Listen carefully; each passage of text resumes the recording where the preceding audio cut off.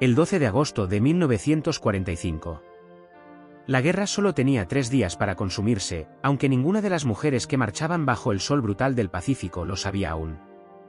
Eran jóvenes, la mayoría en sus 20, exempleadas de oficina, enfermeras o auxiliares del ejército imperial. Sus uniformes descoloridos, mangas rígidas de sudor, zapatos reducidos a jirones.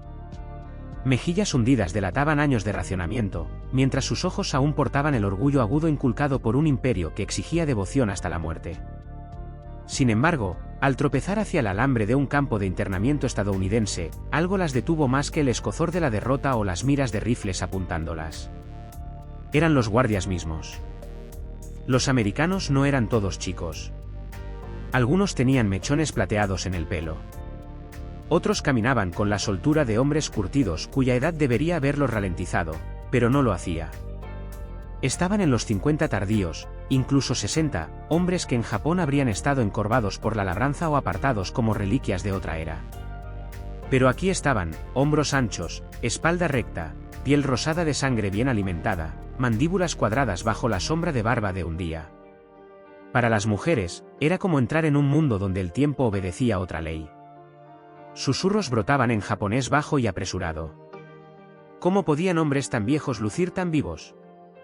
Una enfermera de solo 23, con arrugas ya tejiendo las comisuras de su boca, miró fijamente a un guardia masticando chicle como si viniera de otro planeta. Otra mujer codeó a su compañera, susurrando que quizás no eran hombres comunes, sino veteranos regresados de una fuente secreta de juventud americana. Incluso en su humillación, no podían dejar de mirar.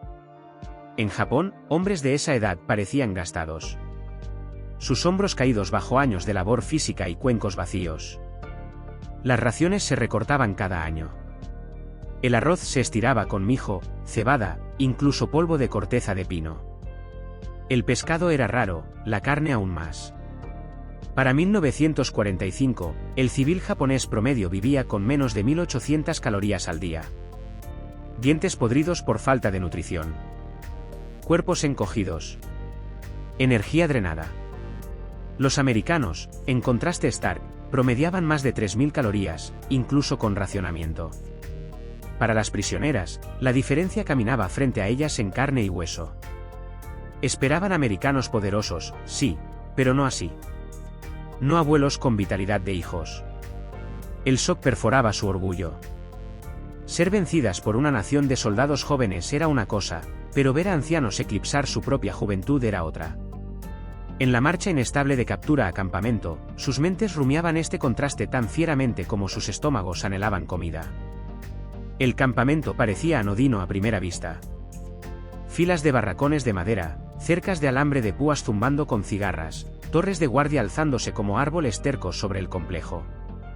Pero el momento de llegada se grabó no en las cercas, sino en la vista de un sargento americano de 60 años apoyado perezosamente en su rifle, bíceps gruesos bajo mangas caqui arremangadas. Sonrió levemente, un destello de dientes blancos, como saludando visitantes a una feria en vez de cautivas de guerra brutal. Una de las mujeres, ex estudiante de enfermería de Yokohama, bajó la mirada rápido, avergonzada por cómo sus ojos se habían demorado. En sus cuadernos, había escrito sobre salud y anatomía, el sueño de ser sanadora. Ahora no garabateaba nada, pero sus pensamientos volvían a proteínas, leche, carne, palabras convertidas en fantasías en Japón. Aquí, esos alimentos fluían tan fácilmente que incluso viejos consumían lo suficiente para retar los años. Un corresponsal de guerra americano notó después que prisioneros japoneses miraban no armas o vehículos, sino raciones, latas de spam apiladas en pirámides, panes gruesos como puños, café humeante servido libremente. Eran ordinarios en el campamento americano, pero para los prisioneros, lujos inalcanzables. No mirábamos las armas, recordó un soldado japonés, sino los sándwiches. Para las mujeres, los sándwiches vendrían después. Primero, el shock de rostros. Los guardias hablaban en inglés rodante y fácil. A oídos de las mujeres, sonaba casual, sin tensión, como el tono de hombres nunca presionados hasta el hueso. Uno rió una broma sobre casa. Otro ajustó su gorra y guiñó a un compañero. Su confianza no era arrogancia, sino derecho natural de hombres cuyos vientres nunca conocieron hambre verdadera. Las mujeres intercambiaron miradas, cada una ocultando un destello de envidia. La historia registraría este contraste en números. Al fin de la guerra, hombres japoneses de 20 pesaban lo que niños americanos de 14. Tuberculosis, raquitismo y beriberi plagaban reclutas. En América, carteles surgían: beber leche, comer huevos, mantenerse fuertes para la victoria. Los resultados estaban frente a estas POW ahora. Hombres envejecidos diferente, huesos forjados en abundancia. Aún, números no capturan la extrañeza del momento. Imagina tener 22, cabello ya quebradizo, cuerpo debilitado por años de hambre, y mirar a un hombre casi 3 veces tu edad, más fuerte, fresco, incluso más joven que tú. La humillación era silenciosa, no dicha, pero afilada como cuchilla. Una mujer susurró a su vecina: si sus viejos son así, ¿qué de sus niños? No era pregunta que quisiera respuesta. La implicación demasiado pesada. Quizás por eso el imperio se derrumbó. No por falta de coraje, sino porque los cuerpos de su pueblo fueron hambreados hasta la fragilidad, mientras al otro lado del océano, hombres envejecían como robles, endureciéndose, no marchitándose. Al desfilar pasadas las líneas de guardia al complejo, intentaron mirar a Ayers, pero las imágenes se quemaban en ellas. El rifle colgando casual de un hombre con más gris que negro en el pelo. La fuerza casual de otro izando una caja. Las líneas de risa que parecían menos desgaste y más prueba de veranos largos bajo sol generoso. Años después, cuando algunas contaban a hijos de cautiverio, no siempre mencionaban al hambre o vergüenza. Hablaban de esos guardias. De cómo incluso viejos americanos parecían jóvenes. No era mera curiosidad. Era revelación inquietante como cualquier raid aéreo.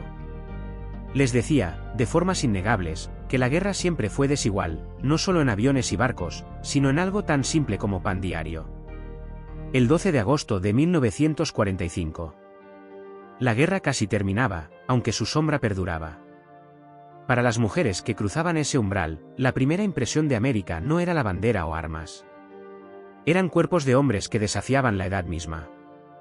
Entraron en cautiverio con nueva conciencia, que roía su orgullo más profundo que el hambre jamás pudo. No sabían aún que dentro del campamento su asombro solo se profundizaría, porque lo que vieron después las hizo cuestionar no solo la fuerza de esos hombres, sino los cimientos de su propio mundo. Las puertas del campamento se cerraron con clan, sellando a las mujeres en un mundo crudo y asombroso a la vez. Filas de barracones se extendían, de tablones rústicos coronados con techos de hojalata que traqueteaban en la brisa. Polvo giraba en espacios abiertos, mezclándose con olor a sudor y diésel. Pero bajo la rejilla de guerra, algo más poderoso presionaba sus sentidos: el olor a comida. Era tenue, llevado en el aire como fantasma, pero innegable. Pan horneándose, carne chisporroteando en estufa invisible. Las mujeres se congelaron, inhalando como si sus pulmones capturaran el recuerdo para guardar contra el hambre. Comidas en Japón wartime eran míseras. Tazones de arroz delgado estirado con cebada o raíces. Una cabeza de pescado ocasional era tesoro. Carne casi mítica. Pero aquí, en campamento para prisioneros, el aroma de abundancia flotaba descaradamente. Las golpeó no solo como extraño, sino injusto. Ser derrotadas era una humillación. Ser derrotadas por gente que alimentaba incluso cautivas mejor que el ejército japonés a sus soldados era otra herida. Los guardias se movían con energía fácil, a una encarnación de fuerza. Uno, que las mujeres adivinaban en 50 tardíos, levantó una caja de madera de suministros como nada. Sus antebrazos, bronceados y cordados de músculo, se flexionaron bajo el peso.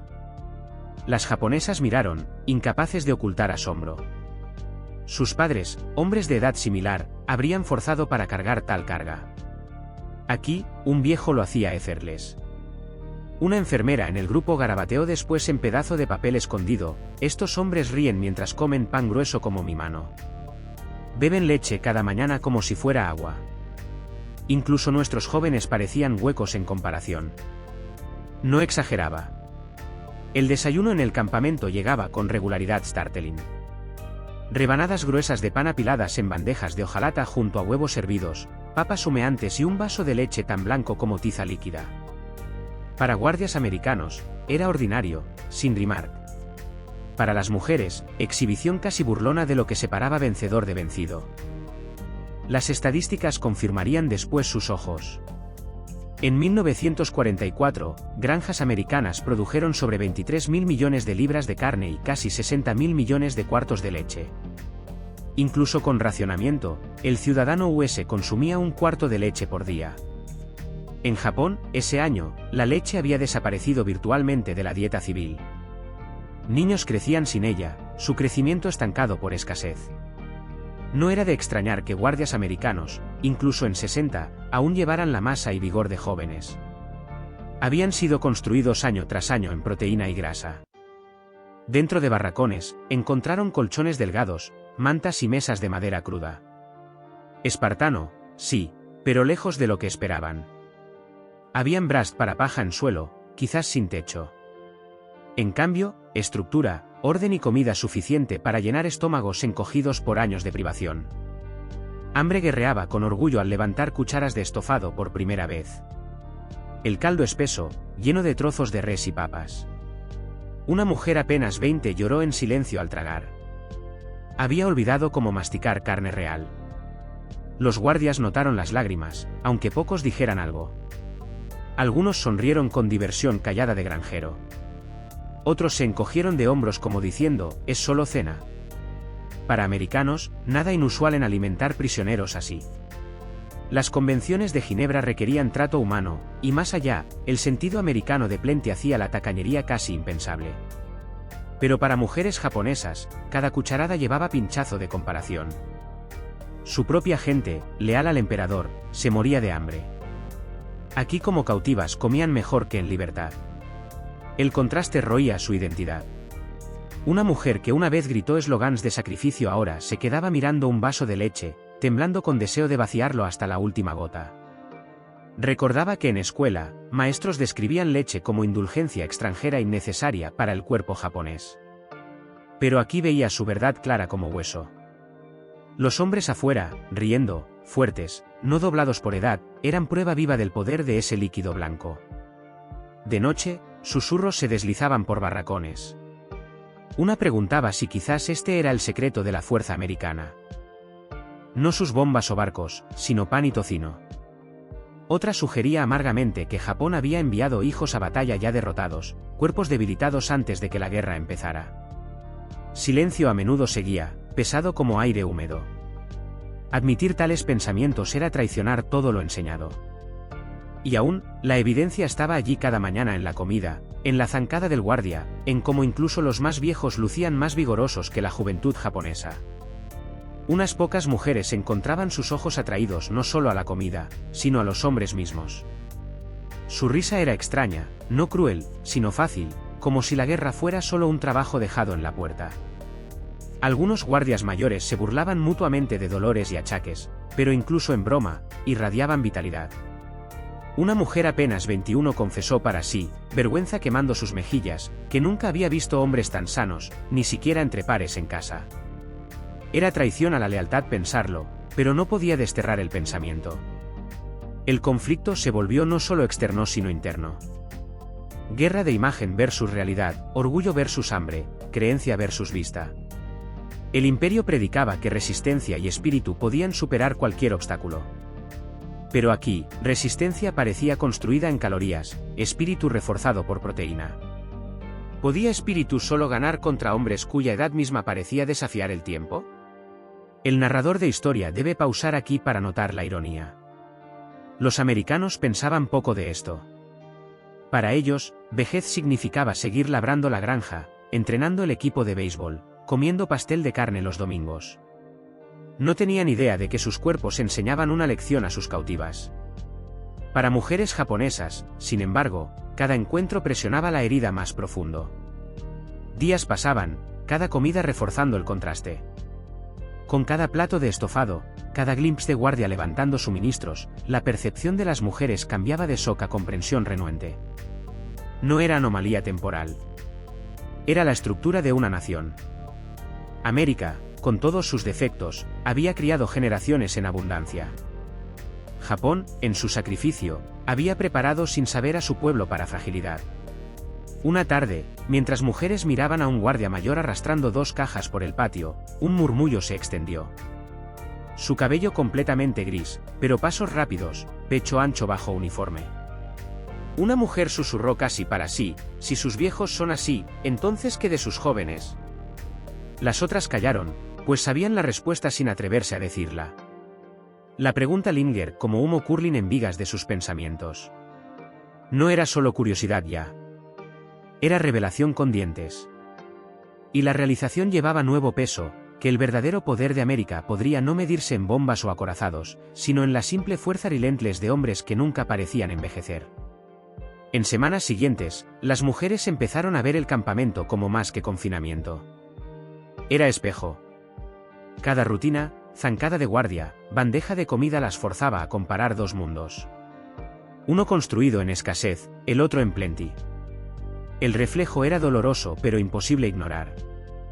Se levantaban al alba, oyendo lejano crepitar de tocino en planchas para guardias. El olor cruzaba el complejo, agudo y salado, anunciando riqueza de cerdos y granjas nunca vistas. Para ellas, desayuno quedaba más simple: pan, estofado, a veces papas, pero incluso eso era más rico que lo conocido en Japón. La comparación era inevitable. En Tokio, familias canjeaban kimonos por puñado de frijoles. Aquí, cocineros americanos raspaban sobras en barriles sin pensarlo. Lo que japonesas llamarían festín era desperdicio en América. Los guardias encarnaban esta diferencia. Sus cuerpos no solo más fuertes sino más libres, moldeados por vidas sin el mismo peso de carencia. Incluso cuando se quejaban, era con lujo casual. Un viejo gemía por extrañar el pastel de manzana de su esposa. Otro murmuraba que café de campamento sabía a calcetín hervido. Las mujeres escuchaban, atónitas. En Japón, tales quejas serían impensables. ¿Quién osaría quejarse de pastel en nación donde azúcar había vanished años atrás? La ironía cortaba profundo. Números afilaban la imagen. Expectativa de vida en Japón para 1945 había caído a 44 para hombres, 47 para mujeres, víctima de guerra, malnutrición y enfermedad. En América, estaba 2 décadas más alta, 63 hombres, 67 mujeres. Las estadísticas confirmaban lo que veían con ojos propios: pueblo envejeciendo más lento, parándose más alto, llevando fuerza a años donde cuerpos japoneses a menudo colapsaban. No eran cifras abstractas. Eran guardias vivos que las vigilaban cada día, hombres lo suficientemente viejos para abuelos, aún capaces de correr, reír y levantar sin romper paso. Las mujeres susurraban de noche sobre qué significaba esto. Algunas insistían que fuerza americana era mecánica, sus fábricas, máquinas, petróleo endless. Otras decían, no, era más profundo. Era la comida, la nutrición pasada de madre a hijo, la abundancia que formaba huesos y carne antes de que una persona marchara a guerra. Una enfermera, voz quieta en oscuridad, confesó nunca haber probado leche hasta el campamento. Quizás, murmuró, por eso lucen jóvenes cuando son viejos, y nosotras viejas cuando jóvenes. Silencio seguía, pesado de verdad.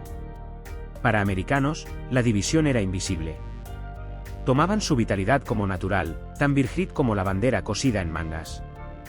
Un guardia de 61 recordó después con diversión: me miraban como si fuera un gigante. Pero era solo chico de granjero que bebía leche cada día de su vida. Para él, nada especial. Para prisioneras, revelación.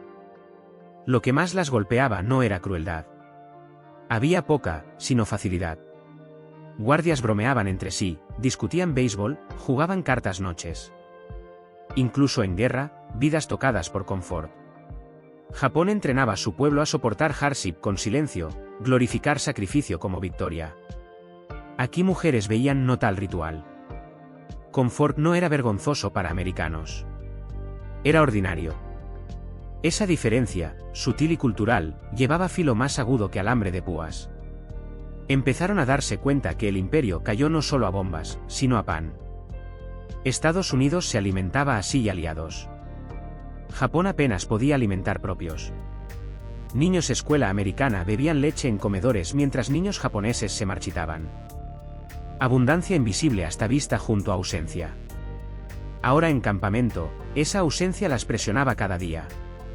Aún, envidia llevaba sombras de admiración. Algunas mujeres empezaron a estudiar guardias quietamente, casi académicamente, como si por observación descubrieran secreto de fuerza. Notaban cómo un viejo se estiraba antes de turno, o otro caminaba zancadas largas incluso cansado. Escuchaban ritmo de risa. Era sin fuerza, sonido casi olvidado. El contraste no era solo físico, era espiritual. Donde escasez había tallado espíritus delgados, abundancia daba a estos hombres surplus de facilidad, incluso humor. El humor picaba más. Una vez un guardia bromeó sobre su espalda dolorida, provocando risas de camaradas. Mujeres japonesas intercambiaron miradas.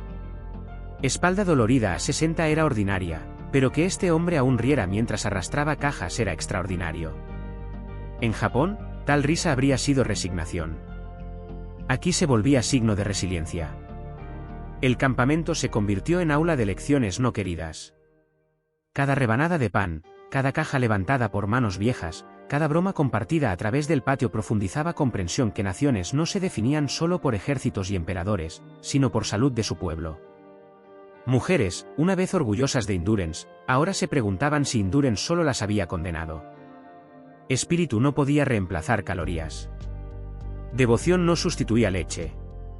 Y aún, admitirlo plenamente era peligroso para el yo. Orgullo perduraba, terco como hueso. Algunas mujeres se aferraban a creencia que sacrificio japonés era más noble, que lujo ablandaba a americanos mientras hardship endurecía japoneses. Pero en corazones, imagen de guardias de 60 levantando con facilidad se negaba a irse. El espejo mostraba demasiado. Americanos, por su parte, a veces captaban las miradas. Unos reían, malinterpretándolas como miradas curiosas de chicas. Otros las ignoraban del todo. Ninguno se daba cuenta que su mera existencia sacudía fundaciones de orgullo de otra cultura.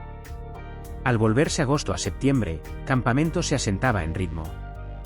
Mujeres menos temerosas, más acostumbradas, aún la inquietud se profundizaba. No era ya solo sobre guerra. Era sobre lo que guerra había revelado. América y Japón no eran simplemente enemigos. Eran opuestos, reflejos distorsionados por abundancia y escasez. El espejo forzaba reconocimiento. Una nación envejecía antes de tiempo. La otra parecía estafar al tiempo mismo. La realización más haunting vino en tarde de verano tardío. Mujeres miraban grupo de guardias, algunos canosos, calvos, jugando catch rudo con béisbol. Gritaban, reían, corrían patio como chicos otra vez. Una prisionera susurró casi temblando, son hombres viejos, pero corren como niños. Nadie respondió. La verdad demasiado afilada.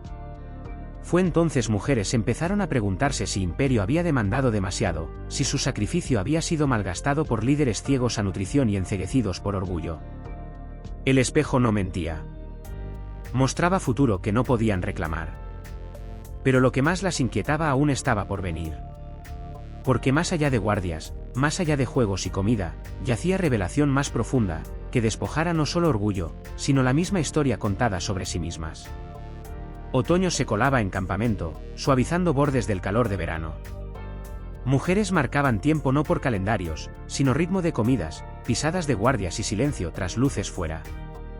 Días que deberían haberse difuminado en uniformidad en cambio se profundizaban en revelación. Cada mañana olor a café y tocino flotaba complejo, mezclándose con rocío, y cada noche sonido de risa llevaba desde barracones de guardias. En estos momentos ordinarios, mujeres empezaban a entender que guerra no se luchó en terreno igual. La realización llegaba gradualmente, como marea subiendo. Una mañana, guardia en Early 60 se sentó en caja y quitó bota para frotar ampolla.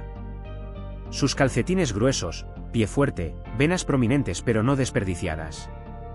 Mujer mirando a través cerca pensó en su padre, orgulloso artesano en Yokohama, que a esa edad se había reducido a huesos frágiles, tosiendo de dieta pobre e inviernos fríos sin combustible. La imagen la golpeó como traición. Imperio demandaba sacrificio endless, pero ¿qué daba a cambio? Aquí prueba que otro camino había existido, donde edad no significaba rendición. Americanos no alardeaban. Llevaban fuerza como si natural, ordinario como respirar. Bebían leche sin ceremonia, comían carne sin reverencia, envejecían a 50 y 60 con cuerpos que aún respondían llamado de labor. Para mujeres japonesas, la lección cortaba más profundo que derrota en batalla. Era derrota de sus cuerpos, de vidas cotidianas, de creencia que espíritu solo compensaba hambre. Las estadísticas que no conocían entonces ya estaban grabadas en libros. Soldados americanos promediaban 5 a 6 pulgadas más altos que conscriptos japoneses. Tuberculosis había lisiado casi 10% de juventud japonesa. Al fin de guerra, más de mitad población japonesa sufría malnutrición crónica. Pero en campamento, hechos no eran números, sino caras. Sargento de 60 podía correr patio persiguiendo béisbol. Cocinero de 58 levantaba olla rebosante de estofado como afterthought. Estos hombres eran prueba escrita en carne. De noche, conversaciones se enroscaban como humo en barracón. Una mujer susurró que nunca miraría arroz igual. Otra admitió que al volver a casa, si volvía, rogaría leche para hijos. Orgullo chocaba con anhelo. Admirar enemigo era desleal, pero ignorar evidencia imposible. El espejo reflejaba más que debilidad. Revelaba futuro que Japón podría haber tenido y quizás aún encontrar. Algunas llevaban amargura más afilada que hambre. Murmuraban que fuerza americana se construía en robo, recursos jalados de océanos, colonias, tierras vastas. Otras, más quietas, admitían que envidia las roía más que ira. Una enfermera recordaba profesor que dijo nutrición era arma oculta de naciones. En ese tiempo, lo desechó como académico. Ahora entendía. Guerra no era solo balas y bombas. Era pan, leche y carne acopiados en silencio mucho antes del primer disparo. Un pequeño momento cristalizó esta verdad. Una tarde, Guardia ofreció grupo de mujeres canasta de manzanas, rojas, brillantes, abundantes. Mujeres dudaron, luego cada tomó una. Primer bocado agudo, dulce, abrumador. Algunas cerraron ojos para esconder lágrimas. En Japón, fruta se volvía lujo reservado para enfermos o ricos. Aquí se repartía casual sin ceremonia. Una pieza de fruta se volvía emblema de todo lo que guerra había desnudado. Americanos no sabían peso de estos gestos. Creían ser decentes, quizás generosos. Pero para mujeres, cada acto doble filo, bondad y humillación entrelazadas.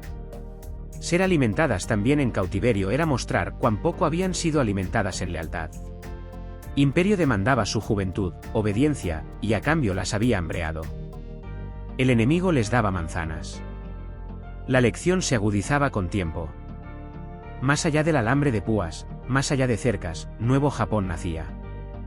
Noticias filtraban de rendición, voz de emperador por radio, ocupación que pronto remodelaría todo conocido. Para estas mujeres, ocupación empezaba no con soldados en calles, sino comidas en campamento. Leche se volvía más que nutrición. Se volvía símbolo de futuro aún sin nombre, donde abundancia podría reemplazar escasez. Pero el conocimiento no era fácil de llevar. Algunas lloraban quietas de noche, murmurando no solo derrotas sino años robados por hambre. Una escribió en pedazo de papel, tengo 23 y me siento 60. Ellos 60 y se sienten 23. No era hipérbole. Era verdad hecha visible cada día. Para guardias, prisioneras eran solo parte de deber, caras tras alambre. Para prisioneras, guardias se volvían maestros renuentes. La lección no se decía sino vivía. Les decía que naciones no se construían solo en espíritu sino en fuerza invisible de sustento diario. Les decía que resiliencia se medía no solo en devoción sino en cuerpos de hombres ordinarios que podían cargar cajas, jugar pelota y reír hasta vejez. Al acercarse invierno, mujeres llevaban esta conciencia como brasa humeante bajo superficie. No sabían que se volvería Japón, solo que nunca sería igual. Habían visto demasiado claro que creaba abundancia. Habían visto hombres que desafiaban tiempo. Y aún ironía de historia perduraba. Mientras fuerza americana las humillaba, también ofrecía esperanza extraña. Si nutrición transformaba hombres, quizás transformara naciones. Quizás futuro no sería solo sobre bombas y batallas, sino sobre pan y leche, sobre poder diferente. Mujeres no podían decirlo aloud aún, pero pensamiento echaba raíz quieto, peligrosamente, como semilla esperando primavera. Historia de su cautiverio no era de crueldad o tortura. Era historia de espejo sostenido por hombres demasiado viejos para luchar, pero demasiado fuertes para ignorar. En sus caras, en su fuerza, mujeres japonesas veían fundación oculta de victoria. Y en su propio hambre, veían costo de devoción ciega. La lección alcanzaba más allá de cerca, más allá de campamento, más allá incluso de guerra misma. Susurraba que naciones se forman no solo por ideales, sino por cómo alimentan hijos, cuidan ancianos, preparan pueblo para peso de vida. Para mujeres, ese susurro se volvía rugido en memoria, imposible silenciar. Años después, al contar a hijos de cautiverio, hablaban no de crueldad de guardias, sino de su vitalidad. Describían hombres en 60 que lucían más jóvenes que ellas a 20. Hablaban de manzanas, pan, leche y risa resonando a través complejo de vergüenza. No eran bombas lo que las haunted, sino abundancia. E incluso al acabar guerra, al cambiar mundo, esa memoria perduraba. Imagen de viejos americanos luciendo jóvenes permanecería herida y revelación. Porque en esa vista yacía verdad quieta de por qué un imperio cayó y otro perduró.